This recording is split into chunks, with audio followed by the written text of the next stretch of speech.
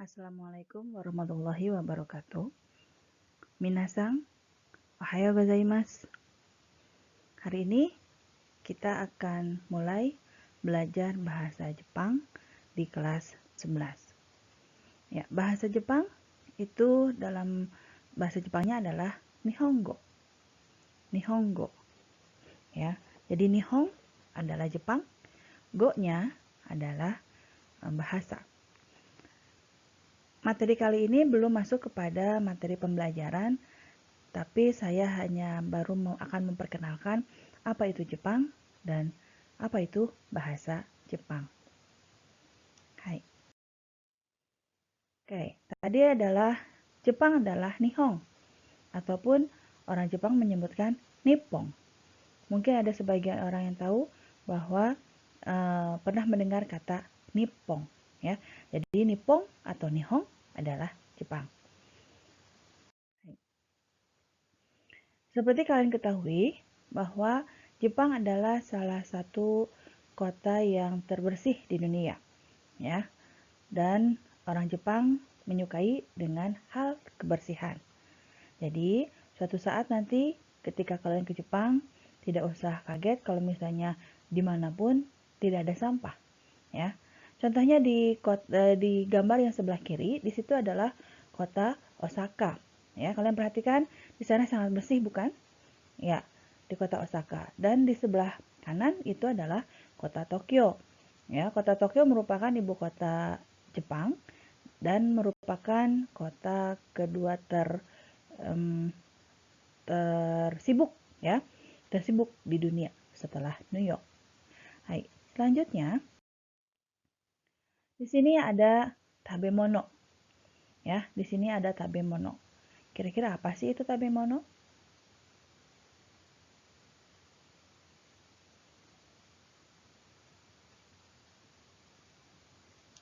Ya, betul. Tabemono adalah makanan. Makanan khas Jepang, saya yakin kalian sudah tahu. Ada sushi, ramen, yang tengah itu adalah sashimi, ya. Lalu tempura dan juga takoyaki. Dan saya yakin kalian pasti semuanya sudah pernah merasakan takoyaki itu seperti apa rasanya, ya. Setelah itu, saya juga akan memperkenalkan tentang apa ini kira-kira? Ya, betul. Ini adalah 4 musim yang ada di Jepang. Hai. Musim adalah kisetsu. Ya, kisetsu. Jadi, musim yang pertama adalah fuyu. Ya, kalian perhatikan di situ musim fuyu berarti betul, musim dingin. Ya, karena di situ banyak salju. Diawali dari bulan Desember sampai Februari. Junigatsukara Nigatsu Made. Setelah fuyu, ya, disambung kepada bulan Maret sampai bulan Mei, yaitu haru, ya, Sangatsukara Gogatsu Made.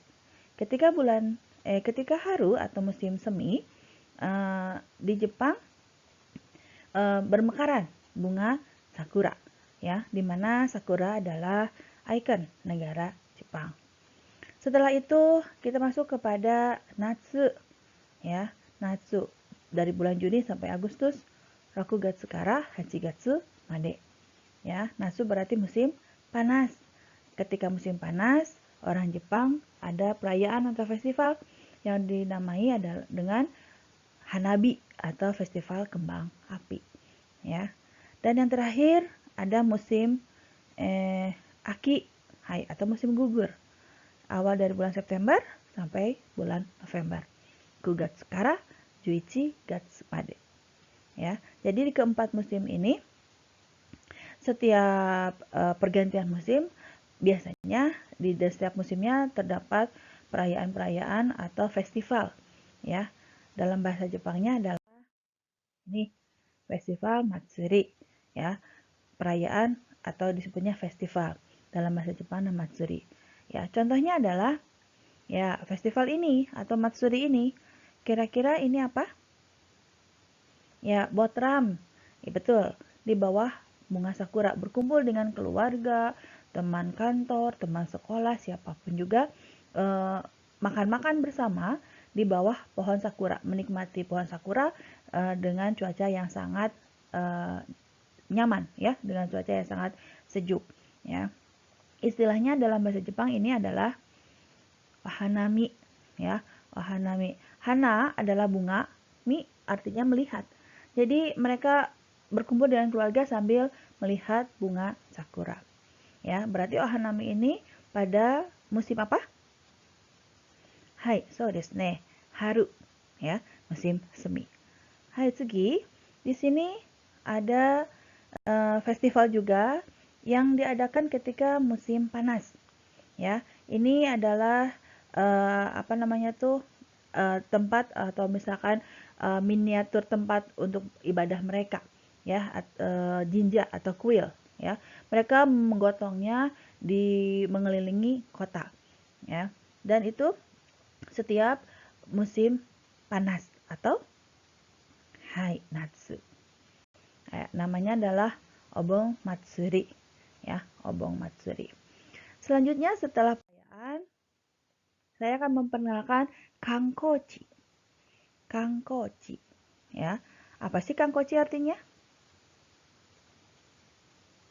Ya. Ya, Kangkochi adalah tempat wisata ya. Kedua gambar ini tempat wisata yang sangat terkenal di Jepang. Yang sebelah kiri itu dalam bahasa di Jepang disebutnya adalah hai Kinkakuji. Kinkakuji yaitu tempel yang semua dari atas sampai ke bawah itu adalah emas ya. Jadi tempel emas yang ada di kota Kyoto. Lalu yang ke sebelah kanan di sini adalah Gembadomu Hiroshima. Gembadomu Hiroshima. Kalian sering pasti sudah mengenal kata Hiroshima. Ya, Hiroshima adalah salah satu kota yang dibom nuklir ya oleh Amerika ketika Perang Dunia Kedua. Jadi Hiroshima itu adalah hancur waktu itu. Nah, di sini Gembadomu adalah bangunan, salah satu bangunan yang tidak luluh lantah, tidak hancur ya. Jadi makanya dijadikan sebagai museum. Nah, ini Gembadomu ini dulunya adalah tempat kesenian, gedung kesenian ya. Jadi suatu saat kalian pergi ke Jepang, kalian harus pergi ke Kyoto untuk melihat pemandangan yang sangat indah, Kinkakuji, dan juga kalian ke Hiroshima untuk melihat Gembadomu dan masuk ke museum di Hiroshima melihat bagaimana orang Jepang ketika dibom atom. Ya, itu sangat-sangat mengerikan. Oke, selanjutnya ya ada hiragana, katakana, kanji, romaji. Kira-kira ini apa sih? Betul. Ini adalah huruf Jepang. Ya. Jadi, huruf Jepang ini, keempat huruf Jepang ini semuanya dipakai ya dalam kehidupan sehari-hari orang Jepang. Dan yang kalian akan pelajari hurufnya adalah nomor 1 ya, yang wajib kalian harus hafal. Tetapi yang nomor 2, katakana tidak terlalu wajib ya, hanya kalian perlu hafal saja. Kanji saya tidak akan berikan ya. Apa sih itu hiragana? Ya, hiragana adalah huruf yang dipakai untuk menuliskan kosakata yang berasal dari bahasa Jepang itu sendiri. Contohnya, ya, di situ ada kata watashi. Kalian perhatikan romajinya ya, watashi. Ya, kalian perhatikan atasnya, watashi. Oke, watashi adalah apa sih? Ada yang tahu? Ya, watashi adalah saya. Ya, kemudian ada kata sensei juga. Ada yang tahu apa itu sensei? Betul, sensei adalah guru. Ya, nah karena watashi dan sensei adalah bahasa Jepang itu sendiri adalah bahasa Jepang, maka ditulisnya dalam huruf hiragana. Ya, dalam huruf hiragana. Lalu katakana dipakai untuk apa? katakana dipakai untuk menuliskan kosakata yang berasal dari bahasa asing. Contohnya nama kalian, nama negara kita, nama negara selain Jepang, ya. Maka ditulisnya memakai huruf katakana, ya. Oke, selanjutnya kanji. Kanji adalah sebenarnya simbol, ya, huruf simbol yang sama dengan bahasa Cina, ya, bahasa Cina. Karena memang kanji itu berasal dari bahasa Cina, ya, diambil dari bahasa Cina. Lalu yang terakhir adalah romaji, ya.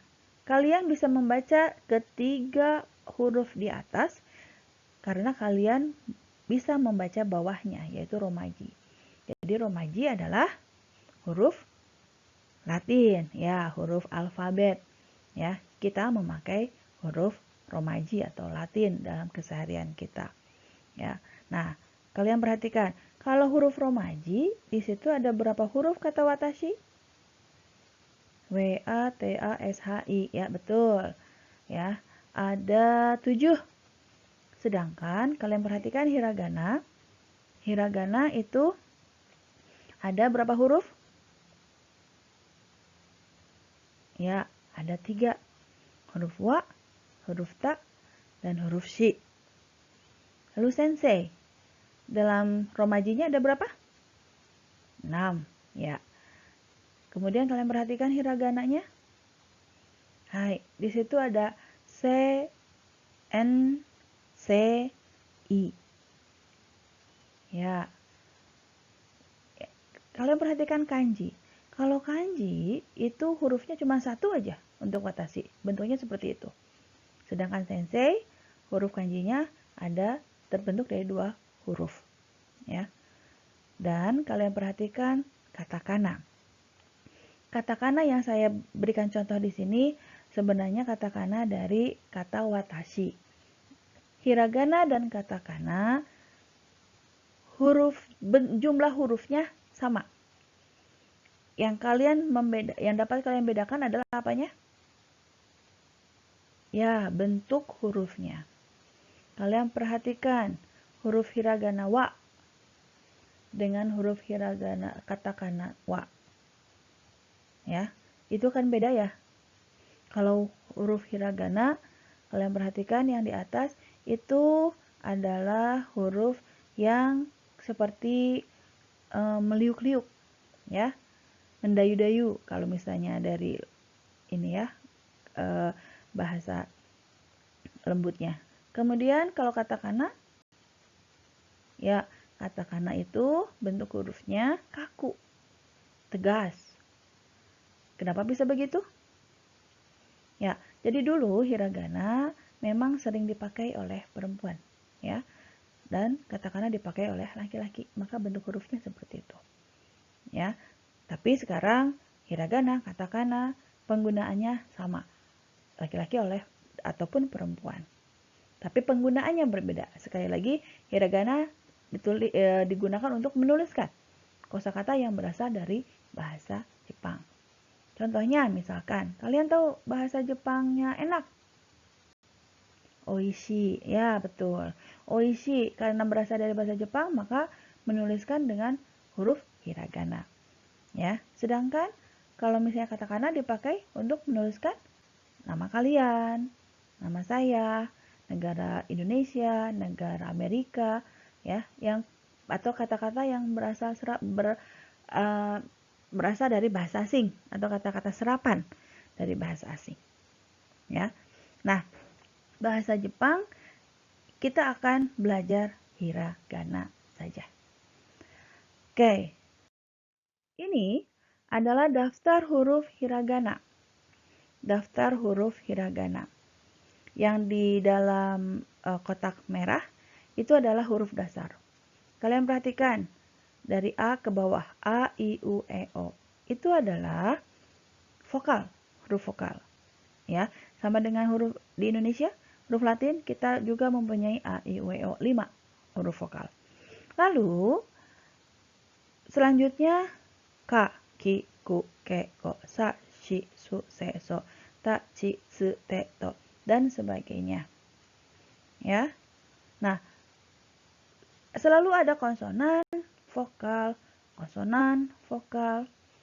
Jadi, dalam bahasa Jepang, kosakata dalam bahasa Jepang terdiri dari suku kata. Misalnya tadi, kata wa, ta, shi. Kalian perhatikan, cari huruf wa, cari huruf ta, dan cari huruf shi. Ya. Dari ketiga huruf ini ditulis, digabungkan, maka dibaca watashi yang artinya saya. Dan juga tadi apa? Contohnya sensei. Cari se. Lalu n. N yang paling kanan bawah. Ya. Lalu C lagi dan huruf I. Ya, vokal I. Jadi sensei. Kalian perhatikan, ke semua kosakata huruf ini vokal ada 5, sisanya konsonan vokal, konsonan vokal. Kecuali konsonan yang berdiri sendiri adalah huruf N saja. Ya, huruf N saja. Oke, nah selanjutnya yang wajib kalian hafalkan adalah yang ada di list ini.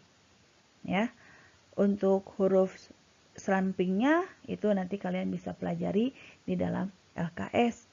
Ya, misalkan yang tadi saya katakan kenapa huruf dasar? Karena kalian perhatikan huruf ga, gi, gu, ge, go itu sama dengan ka, ki, ku, ke, ko. Betul? Ya. Hanya bedanya kalau ga, gi, gu, ge, go di atasnya ada kutip 2. Dalam bahasa Jepangnya biasanya disebutnya teng, teng. Contohnya, kalian perhatikan huruf gu. Ya, gu itu diambil dari ku, lalu diberi teng, teng, maka dibaca menjadi gu. Begitu juga huruf za, da, ba. Ya, itu diberi teng, teng. Kecuali yang huruf pa. Huruf pa, kira-kira diambil dari huruf apa sih? Coba kalian perhatikan. Ya, huruf pa, ba, diambil dari huruf H yang berada di kotak merah. Ha, hi, hu, he, ho. Jika diberi teng, teng, menjadi babi, bu, be, bo. Sedangkan ha, hi, hu, he, ho diberi bulatan di atas seperti derajat ya, kalau dalam kita mah. Ya, itu adalah maruteng menjadi papi, pu, pe, po. Ya. Oke, mudah-mudahan kalian ada sedikit pencerahan. Ya. Dan selanjutnya kia, kyu, kyo, mia, mio, mio. Ya, itu adalah ditambahkan dengan golongan ya, yu, yo. Ya. Ya, yu, yo tidak ada yi, tidak ada ye. Jadi golongan y hanya ya, yu, yo saja. Nah, ini kesemuanya adalah disebutnya daftar huruf hiragana. Dan yang wajib kalian ketahui nanti dan kalian akan belajar hiragana. Yang A sampai N dulu. Ya. Selanjutnya, ini daftar huruf katakana. Sama dengan penjelasan yang tadi. Ya, A, I, U, E, O. Ya. Kemudian juga ga, gi, gu, ge, go, za, zi, zu, ze, zo. Itu sama dengan yang tadi. Ga diambil dari huruf K, diberi teng, teng. Ya, kalau kalian perhatikan yang tadi hiragana, betul gambarnya atau hurufnya itu meliuk-liuk ya. Sedangkan katakana itu hurufnya tegas atau kaku ya. Oke. Nah, ini contoh penggunaan katakana. Contohnya di sini penulisan nama saya, Cahya Rahma Dewi. Ya. Itu nama saya maka berubah pelafalannya ya ketika ke Jepang atau ketika dipanggil oleh orang Jepang menjadi Cahya, haknya dihilangkan. Rama, haknya di tengah dihilangkan. Dewi, wi-nya diambil dari huruf u ditambah i. Dewi, ya, Dewi. Ya, jadi penulisan huruf nama Cahya Rahma Dewi seperti itu. Begitu juga negara Indonesia, penulisannya memakai huruf katakana karena negara asing bagi Jepang. I, N, Do, Ne, Si, A. Ya, ada berapa huruf? Ya, ada 6 huruf. Ya, Indonesia. Hai. Oke, kita teruskan. Nah, saya harap kalian sudah punya ya LKS yang seperti ini. Oke, di sini saya menggunakan LKS kelas 10. Kenapa? Meskipun kalian kelas 11, karena belajar bahasa Jepang itu harus berasal dari dasar. Ya, makanya saya memakai LKS kelas 10. Oke. Selanjutnya, di halaman 15 di sini ada contoh latihan hiragana yang tadi. Bagaimana cara menuliskan A, I, U, E, O, Ka, Kiku, Keko, Sashi, Suseso. Di sini ada urutannya. Di sini ada urutannya. Contohnya, kalian perhatikan yang A dulu. A itu ada berapa langkah sih? Ya, ada 3 langkah. Ya, garis ke atas, ya, kemudian juga ke bawah, dan sedikit lingkaran. Itu huruf A. Begitu juga dengan E misalnya. Kalian perhatikan yang E ada berapa langkah? Ada 2. Ya, yang pertama corak kecil, kemudian tulis menyerupai seperti huruf Z. Ya, Z-nya alfabet kita. Ya, maka itu adalah huruf E dan sebagainya.